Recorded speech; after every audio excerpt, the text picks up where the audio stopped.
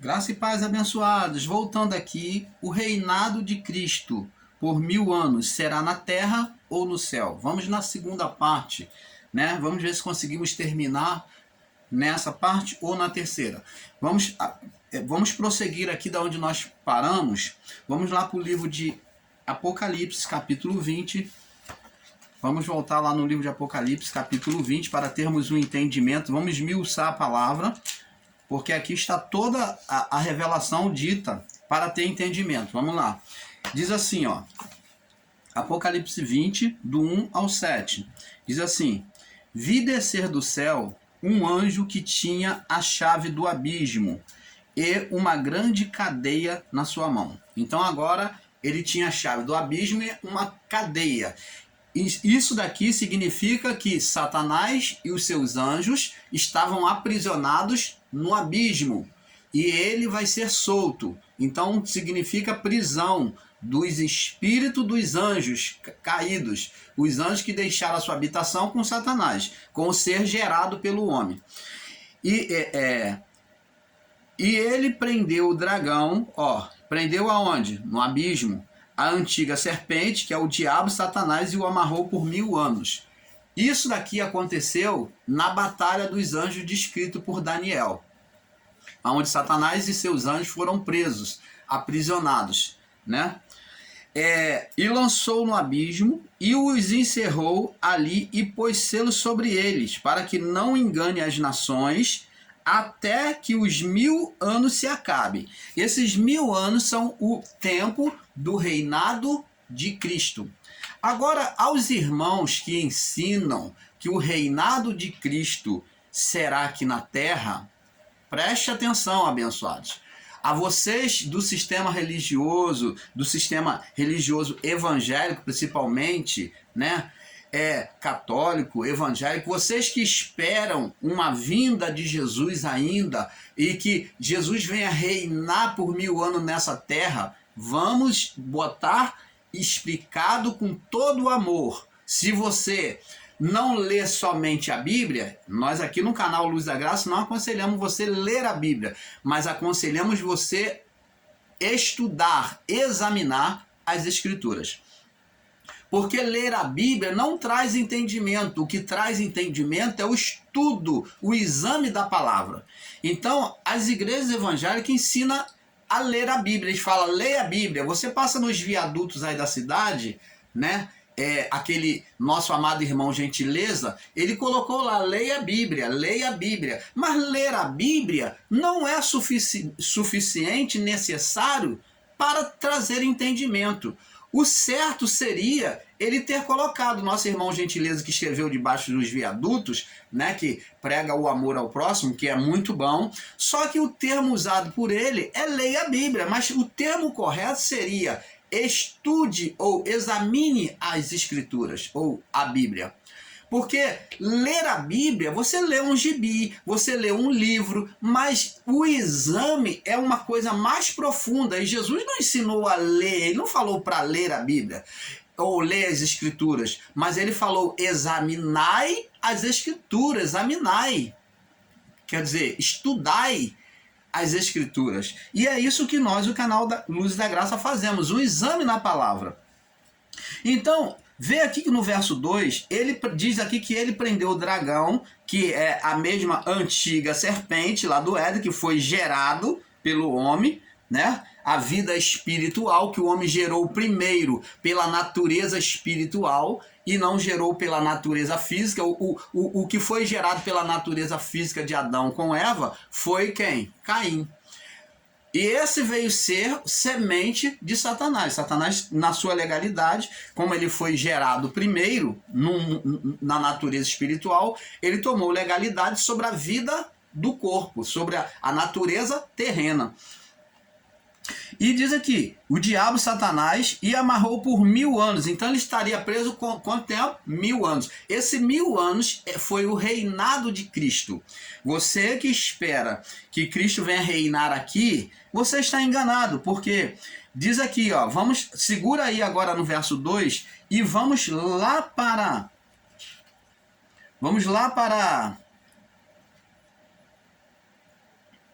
Mateus, vamos lá para João, vamos lá para o livro de João, capítulo 35, verso 38. Vamos confirmar isso aqui, que o irmão Paulo está dizendo, para não ficar na palavra do irmão Paulo. Você que espera o reinado de Cristo aqui na terra está enganado. Eu vou estar provando aqui para vocês. João, capítulo 18,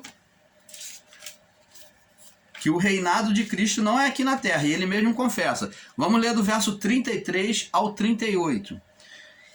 Diz assim, Evangelho de João, tá? Capítulo 18, verso 33. Tornou, pois,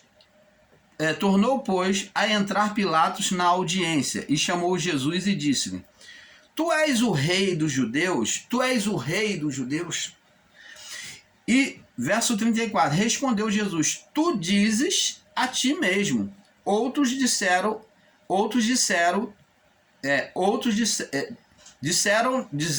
tu, outros de mim.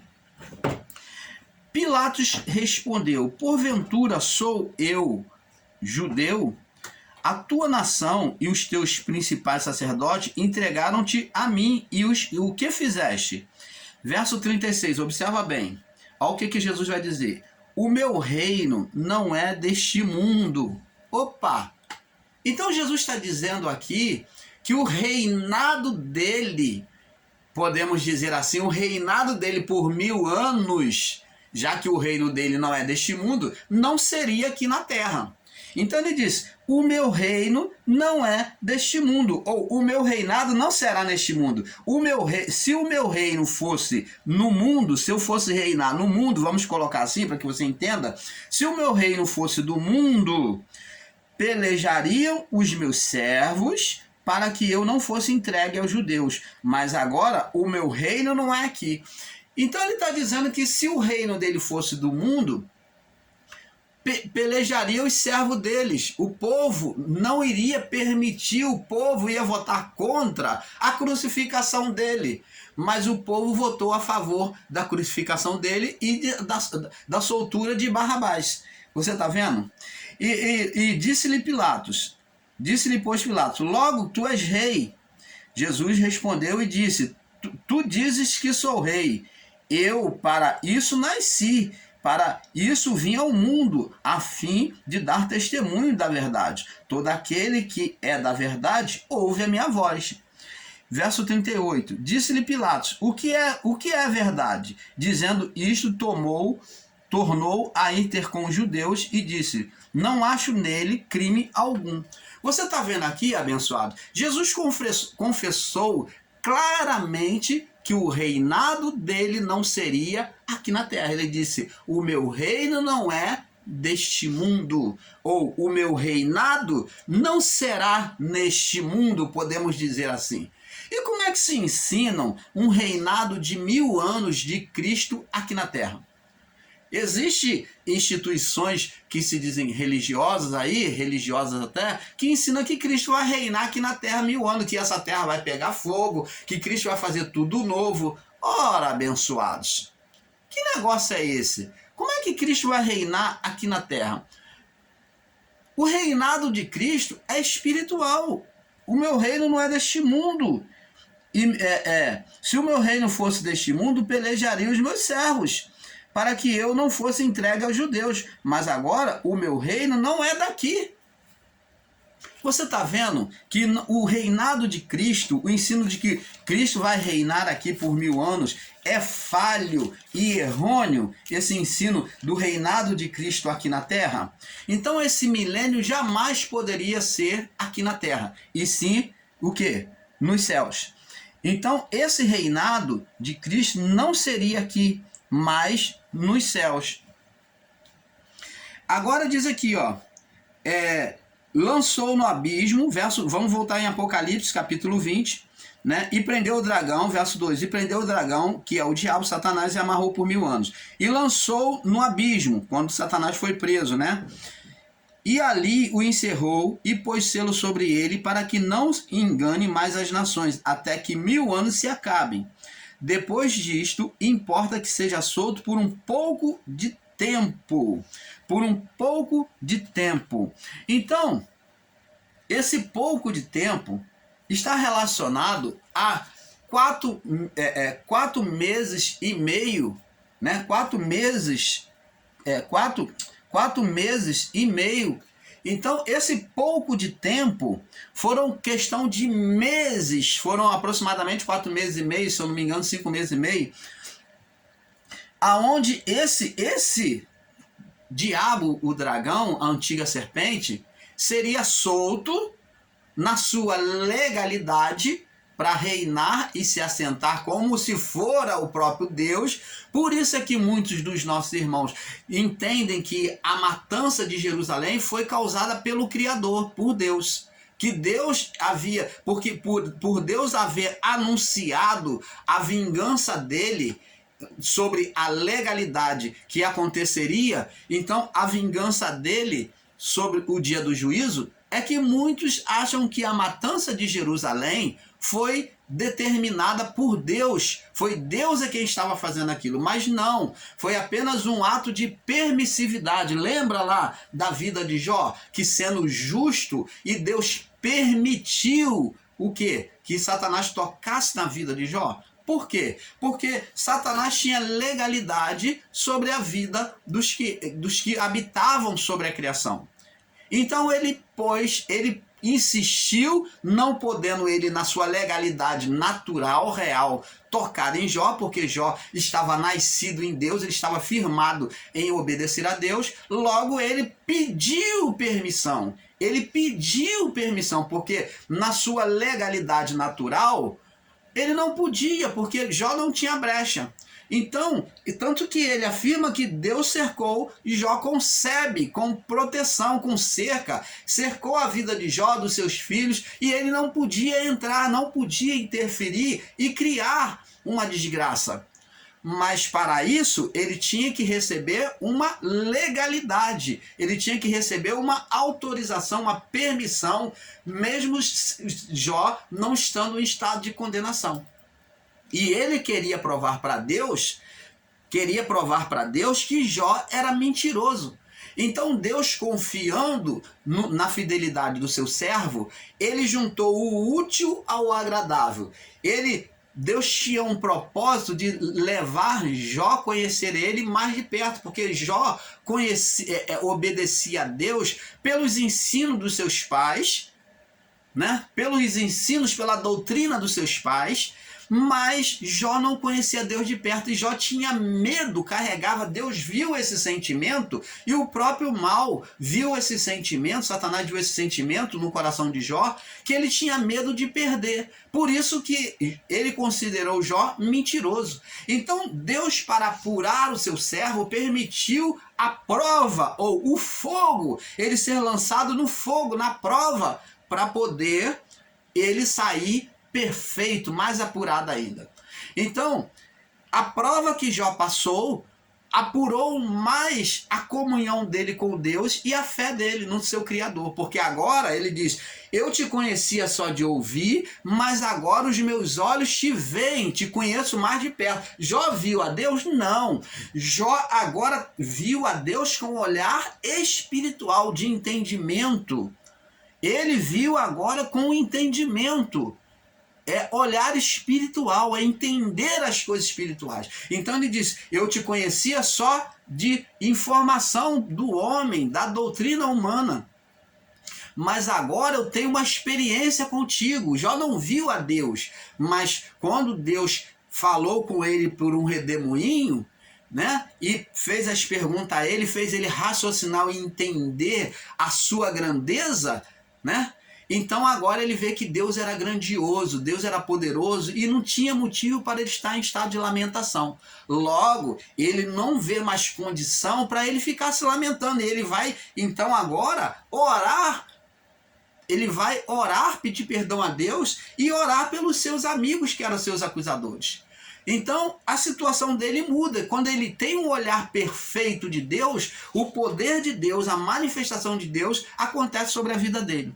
Então, abençoado, não vou esticar não, para que não venhamos sair muito do entendimento aqui. Isso é só uma palhinha para que você tenha entendimento que o juízo que veio sobre Israel, o juízo físico, não foi a mão de Deus, mas sim permissividade. Foi considerado uma mão esquerda de Deus, que foi Satanás. Então, a mão esquerda de Deus, de fato, Satanás, ele era considerado a mão esquerda de Deus, que era o lado da permissividade do juízo de Deus. Então, quando Deus queria exercer juízo, ele permitia Satanás ele tocar no povo hebreu, no povo judeu, no povo, na vida humana, que era rebelde. Então, Satanás por si, ele já era o acusador dentre os irmãos. É descrito aqui no livro de Apocalipse, que acusava dia e noite. Ele usava da lei, conhecedor da lei, ele usava da lei mosaica, que para ver e medir, aferir as pessoas que estavam fora da lei. E se elas estivessem, elas estariam em estado de condenação. Ele usava para condenar. E até o justo, no seu estado mais perfeito, ele buscava uma brecha para condenar o homem. Ele buscou condenar Moisés, o corpo de Moisés quando morreu, ele queria levar com um estado de acusação e os anjos repreenderam. Ele falou, o Senhor te repreenda. Então Moisés, que foi perfeito, ele queria o corpo de Moisés, e ele queria levar como estado de condenação para levar o corpo de Moisés à idolatria. Mas os anjos não permitiram. Não permitiram, disse, o Senhor te repreenda. Ele tentou acusar Josué, quando viu Josué com as vestes sujas, ele mostrou Josué com as vestes sujas e buscou condenar Josué. Mas o anjo do Senhor também disse a mesma coisa, o Senhor te repreenda. Vê que ele era o acusador mediante a lei e acusava até os santos sem ter uma legalidade. Então, agora lançou no abismo, verso 3, lançou no abismo e ali o encerrou e pôs sobre ele para que não mais engane as nações até que 1000 anos se acabe. E depois disso importa que seja solto por um pouco de tempo, que foram 5, se eu não me engano, foram 5 meses, né? E meio, 5 meses e meio. Então, foi um tempo muito pequeno, aonde o anticristo e as tropas inimigas se juntaram ao Império Romano para destruir o povo de Israel. Foi uma matança que já estava profetizado lá no livro de Daniel, já no livro de Isaías, Isaías também já estava profetizado isso. A destruição do templo, né? No livro de Ezequiel também. Agora diz aqui no verso 3, no verso 4, vi tronos e assentaram-se sobre ele, foi-lhe dado poder para julgar. Para julgar. Agora tem aqui, agora está vendo um juízo espiritual. Agora entra, depois da matança de Jerusalém, do juízo físico, agora vem o juízo divino, que é espiritual, diretamente de Deus. E vi tronos e assentaram sobre ele, foi dado poder para julgar. E vi as almas daqueles que foram degolados pelo testemunho de Jesus e pela palavra de Deus. E não adoraram a besta e nem a sua imagem, nem receberam um sinal nas suas testas, nem nas suas mãos. E viveram e reinaram com Cristo durante 1000 anos. Quem são essas almas? Essas almas foram as almas que estavam retidas no seio de Abraão. Alma dos justos que morreram pela causa do Evangelho. Almas dos homens perfeitos, dos patriarcas, dos seguidores, né, os judeus que obedeceram a palavras, né, obedeceram os mandamentos mosaicos. Então são essas almas. E eles iriam reinar com Cristo durante 1000 anos, durante o espaço de tempo, né, de 1000 anos ou 1 milênio. E após o milênio, Satanás seria julgado, né? Agora no verso 5 diz assim, mas os outros mortos não reviveram. Então, quem são esses outros mortos? São os que eram ímpios, que não reviveram, a alma não foram trazidas à vida. Então eles estavam em estado de condenação. Até que os 1000 anos se acabassem, até que o milênio de Cristo completasse. Esta é a primeira ressurreição. Então, esses 1000 anos é o reinado de Cristo, e a primeira ressurreição fala da morte espiritual, morte adeana. Então, esses que não reviveram permaneceram em estado de condenação. Eles não reviveram porque estavam carregando o pecado adeano, né? A herança de pecado. Eles não provaram da primeira ressurreição, que é a vivificação dos espíritos, aonde os espíritos, após a ressurreição de Cristo, né, eles agora são levados para o Criador. Eles se aproximam agora diante do Criador, que antes estavam impedidos no seio de Abraão, estavam no inferno, ou na separação dos santos. Né? Inferno não quer dizer sepultura, nem chama de fogo. O sentido da palavra inferno, na sua realidade, significa separação do Criador. Após essa separação que houve por meio de Adão, então veio a morte e, consequentemente, os ímpios seriam lançados no lago de fogo. Mas os justos também estavam em estado de inferno, de separação, porque a alma não podia subir para Deus. Se estava em condenação, então logo é um inferno dos santos, uma separação dos santos. Os ímpios estavam em separação para a condenação eterna. Agora diz aqui, os mortos não reviveram até que os 1000 anos se acabaram. Esta é a primeira ressurreição. Logo os santos foram vivificados aqui, na primeira ressurreição. Foi tirado a herança de pecado. Verso 6. Bem-aventurado e santo aquele que tem parte na primeira ressurreição, que são tirados do estado de morte espiritual adeana, ou herança de pecados. Então, felizes os que abraçaram a palavra de Cristo, porque foram tirados do estado de morte espiritual. Essa é a primeira ressurreição. E sobre esses, agora não tem poder a segunda morte. Ora, se eles foram tirados do estado de morte adeana, herança de pecado, agora eles vivificados, não a segunda morte, que é o estado de condenação, né? Segunda morte, que é o estado de condenação espiritual, de destino da alma. Agora as almas, elas não ficam impedidas, mas elas vão para Deus. É isso que está dizendo. Mas serão sacerdotes diante de Deus e de Cristo, e reinarão com eles 1000 anos. Então você vê que há a primeira morte, que é a morte adeana, e a segunda morte, que é após a morte do corpo. A morte do corpo, agora após a vivificação, a segunda morte, se você não passa pela segunda morte, logo você é destinado ao fogo eterno. Você não sobe direto, a sua alma não vai direto para o Criador. Então, existe agora o impedimento da segunda morte, que é as malignidades, pecados que nós cometemos neste corpo, nesta vida. Agora, mesmo sendo tirado da primeira morte, que fomos todos pecados e destituídos, foram da glória a Deus, mesmo sendo tirado dessa condenação, mas agora existe uma segunda condenação, que agora é pessoal, da vida do corpo. Ela pode trazer a segunda morte para nós. Você está entendendo, amados? Mas serão sacerdotes de Deus e de Cristo e reinarão com ele 1000 anos. Agora diz aqui, verso 7. E acabados os 1000 anos, Satanás será solto, né? Onde ele vai reinar 5 meses e meio, 4 meses ou 5 meses e meio. E sairá a enganar as nações sobre os 4 cantos da terra, Gog e Magog, cujo número é como a areia do mar, para se ajuntarem em batalha. Então agora vai vir os falsos profetas, o anticristo, e também vai vir a matança. Gog e Magog era um dos grandes exércitos da Assíria que combatia contra o povo israelita.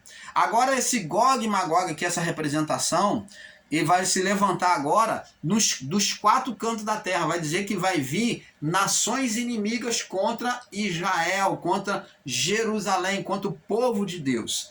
Então foi justamente isso que aconteceu na matança de Jerusalém. No templo de Jerusalém, a matança dos cristãos. E verso 9 diz assim: e subiram sobre a largura da terra e cercaram o arraial dos santos, a cidade santa. Qual cidade? Jerusalém. Está bem claro aqui que isso aconteceu. E Deus desceu fogo dos céus e os devorou. E de Deus, eles estão fazendo a matança, e de Deus por quê? Foi Deus que desceu o fogo do céu? Aqui não está dizendo, e Deus desceu o fogo do céu. A palavra não está dizendo, e Deus desceu, mas diz que, e de Deus, sobre a legalidade, sobre a permissão, né, de Deus, eles tacaram fogo em Jerusalém, incendiaram, fizeram matança. Desceu fogo dos céus e os devorou. E o diabo que enganava foi lançado, após isso, o juízo dele, que é o juízo físico, que ele se assentou como Deus, né? E o diabo os enganava, o diabo que os enganava, agora vem o juízo dele, né? Agora vem o juízo espiritual, que é de Deus. E o diabo que os enganava foi lançado no lago de fogo e enxofre, onde está a besta e o falso profeta. E o dia de dia e de noite serão atormentados para sempre. Seria cômico, abençoados, nós ensinarmos que foi Deus que tacou fogo em Jerusalém, que fez aquela matança, e nós vemos aqui que a figura aqui é o diabo sendo solto para enganar as nações e destruir, levantar um exército dos quatro cantos da terra, levantar exército dos quatro cantos da terra e vir pelejar contra o povo de Deus e contra Jerusalém. Agora, após isso, esse mesmo diabo que combateu, destruiu, ele agora ser lançado, ele receber juízo. Então vemos aqui dois juízos diferentes. Um é físico, aonde o ser espiritual manifesta o seu poder, né, nas mentes das nações contra Israel, trazendo a matança e a queima de Jerusalém. E o outro juízo é espiritual, aonde o próprio Criador agora vem julgar. Agora o juízo é espiritual. Vem julgar o sentenciador, aquele que se assentou como se fora o próprio Deus. Agora ele vai ser julgado e condenado com os seus anjos. Você está vendo aqui a diferença? Então, a palavra do Pai, ou a Escritura Sagrada, tem que ser examinada para não ficar ensinando abobrinha, igual muitos irmãos estão aí ensinando, dizendo que o juízo foi de Deus. Vamos agora no livro de 1 Tessalonicenses, me perdoe. 1 Tessalonicenses, no capítulo 4, no verso 13 ao 18. Aqui diz aqui, ó. Agora vamos explicar aqui aos nossos irmãos que esperam um arrebatamento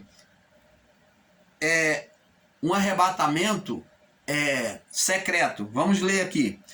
Diz aqui, vamos ler do verso 13 ao verso 18. Diz assim, Paulo explicando: não quero, pois, irmãos, que sejais ignorantes acerca dos que dormem. Está falando das almas mortas, dos que dormem. Está falando das almas mortas. Não está falando de ressurreição física, mas das almas que estavam aprisionadas, tanto no seio de Abraão quanto no Hades. Porque não quero que entristeçais como os demais, que não têm esperança. Porque se cremos que Jesus morreu e ressuscitou, olha, ele cita como exemplo Jesus, que morreu e ressuscitou, assim também os que em Jesus dormem, as almas que em Jesus estão dormindo ou no seio de Abraão, Deus os tornará a trazer com ele, dizendo-vos, pois isto, pela palavra do Senhor, que nós, os que ficarmos vivos para a vinda do Senhor, não prevaleceremos os que dormem. Não chegaremos diante de Deus primeiro do que os que morreram. O que Paulo está explicando aqui? Vamos esmiuçar isso aqui? Paulo está explicando que os que morreram em Cristo antes dele, do povo do primeiro século, os que morreram antes pela fé, eles ressuscitariam primeiro. Essas almas alcançaria ou chegaria diante de Deus primeiro. Essa ressurreição, meu amado, minha amada irmã, não está falando de ressurreição do corpo, mas ressurreição da alma, de receber um novo corpo, porque essas almas estavam consideradas como dormente, porque estavam separadas do Criador, elas não podiam subir, então elas estavam em estado intermediário. Você lembra do nosso sono? No nosso sono, nós sonhamos, nós temos pesadelos, sonhamos com sonhos bons e sonhos maus. Isso é um estado de dormência em que o corpo está ali inoperante e a alma, ela tem os seus pensamentos e as suas visões, e ela, no estado dormente, ela é levada a lugares, a ver coisas, a fazer coisas. Isso é um estado de dormência da alma. Então, a palavra diz que das preocupações vem os sonhos. Muitos sonhos que nós temos é devido ao acúmulo de muitas informações em que em dado momento é despertado em nós, ou muitos desejos e paixões da carne, ou desejos bons, ou desejos maus, ou desejos santos, ou desejos carnais, muitas das vezes é despertado em nós. E a pessoa vê um anjo, ela muitas das vezes tem sonhos com desejos pornográficos, ela vê imagens. Então ela é infiltrada neste sonho, né? A sua mente, ela vaga, a sua alma vaga e tem aquelas reflexões, aqueles retratos ali na sua alma no momento do sonho. A morte espiritual ou separação de Deus também da mesma forma. As almas estavam lá e elas estavam impedidas de subir. Então, Paulo diz aqui, os que dormem é que ressuscitariam primeiro. Essas almas que estavam já esperando, tanto que Paulo diz lá no livro de Hebreus, que os que eram da promessa, como Abel, os heróis da fé, os pais da fé, não alcançariam os céus antes de nós, ou todos iríamos chegar junto ao Canaã de Deus, ou a alcançar a promessa. Então, o que acontece? Eles que morreram primeiro ressuscitariam primeiro, essas almas seriam levadas para o Pai, agora sem a condenação ou sem o inferno, a separação dos santos, que foi chamado de seio de Abraão. Agora essas almas poderiam subir para Deus, porque todos pecaram e destituídos foram da glória de Deus. Estavam separados pelo estado de herança de pecado adeano. Agora, na vivificação de Cristo, essas almas não estavam mais impedidas de subir. Agora, Cristo cumpriu tudo, vivificou essas almas, né? Tirou o estado de condenação. Então, essas almas agora, ao olhar do Criador, estavam perfeitas. E logo todas poderiam subir, todas dos santos. Então, Paulo diz que porque os que ficarmos vivos para a vinda do Senhor, não prevaleceremos os que dormem. Não iremos chegar diante de Deus primeiro dos que já morreram. Porque o mesmo Senhor descerá do céu com alarido e com voz de arcanjo. Esse descer do céu aqui é que traz grande complicação e confusão aos nossos irmãos do sistema religioso evangélico. Eles acham que Jesus vai descer dos céus. Esse descer dos céus significa Jesus, ele diz, a palavra de Deus diz que ele, na sua ressurreição, ele desceu às profundezas do inferno. Qual as profundezas do inferno que Jesus desceu? Justamente o inferno dos santos. Foi o primeiro lugar que ele foi liberar as almas dos santos. Depois ele desceu lá aonde estavam os espíritos da época noélica, que estavam em condenação, que entraram em condenação. Então ele pregou os espíritos em prisão. Então, isso, descer do céu, não significa que ele vai vir de forma de aparição, mas ele descer dos céus, o mesmo Senhor descerá dos céus. A palavra de Deus diz aqui no livro de Apocalipse, vi as almas que estavam debaixo do altar. Ora, se estavam debaixo, Cristo, para chegar a essas almas, né, ele teria que descer. E aonde é que estavam essas almas? No seio de Abraão, que é o lugar abaixo do Criador, aonde o Criador estava abaixo. Então logo Cristo desceu dos céus, ele descerá dos céus, né? E os que do céu com alarido e com voz de arcanjo e como trombeta. A comparação, como trombeta, está dizendo que ele iria recolher essas almas para ele. Voz de trombeta fala de ceifa.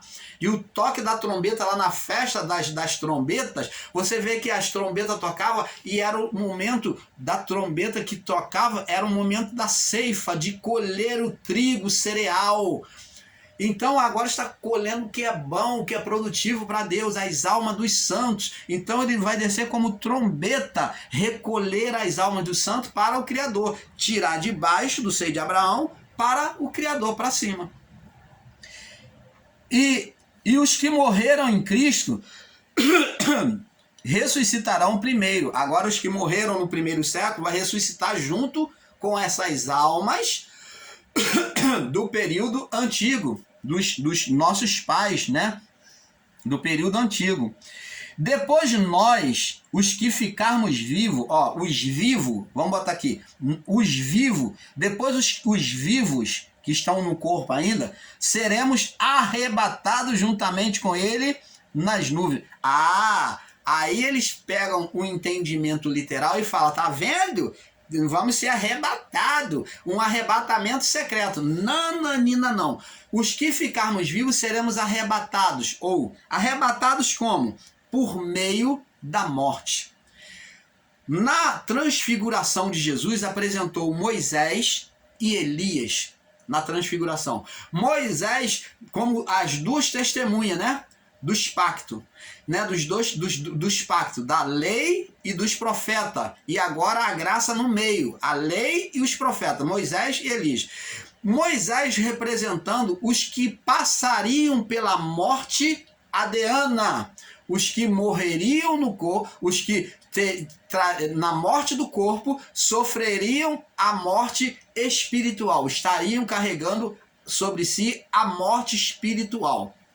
Moisés, essa representação, morte espiritual. Agora, Elias foi a representação dos que não morreram no corpo, porque Elias foi transladado, foi tomado de um lado para o outro, num redemoinho.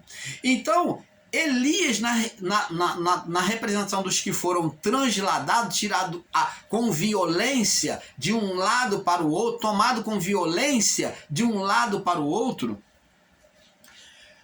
Elias agora fazendo a representação daqueles que foram tirados à força por meio da obra de Cristo redentora, foram tirados do estado de morte espiritual, do estado de Moisés, do estado adeano, da herança do pecado. Então, todos após a ressurreição de Cristo, eles foram tirados no estado de Elias, transladado de um lado para o outro. Foram tirados da morte espiritual para a vivificação. Então, é isso que está dizendo. Porque como trombetas morreram em Cristo e ressuscitarão primeiro. E depois nós que ficarmos vivos seremos arrebatados, tirados de um lado para o outro, com ele nas nuvens. Como que isso acontece, irmão Paulo? Por meio da morte do corpo físico. Somos tirados desta vida, deste lado da vida física, para o mundo espiritual. É o arrebatamento nos ares, que significa arrebatamento invisível. Você por acaso vê o ar? Não. Porque está falando de uma transferência de um corpo físico, da alma sendo transferida de um corpo físico para um corpo invisível, espiritual. Nas nuvens, a encontrar com o Senhor nos ares, nos céus. E assim estaremos com o Senhor, para sempre com o Senhor. Portanto, consolai-vos uns aos outros com estas palavras. Jesus, da mesma forma, foi tirado do plano físico aqui, quando ele ressuscitou. Ele ressuscitou com o mesmo corpo apenas para testemunhar que era ele, que ele havia ressuscitado. Ele ressuscitou com o mesmo corpo, trazendo as marcas, mas o seu corpo, né, foi ali na subida aos céus. Ele não foi mais visto porque a nuvem o encobriu e ele não foi mais visto. O que significa isso? Dizendo que após a chegada do juízo, que é a representação da nuvem, né, o povo judeu, o povo hebreu já entendia isso, que as nuvens representavam juízo. Então, na chegada do juízo, a transferência, a mudança do corpo não seria visto, seria mudado do corpo físico para o corpo espiritual. Você está entendendo, amado? Vamos passar para o próximo vídeo, que é um pouco aqui, um pouco ali. Já está avançado. Vamos para a parte 2. Paz.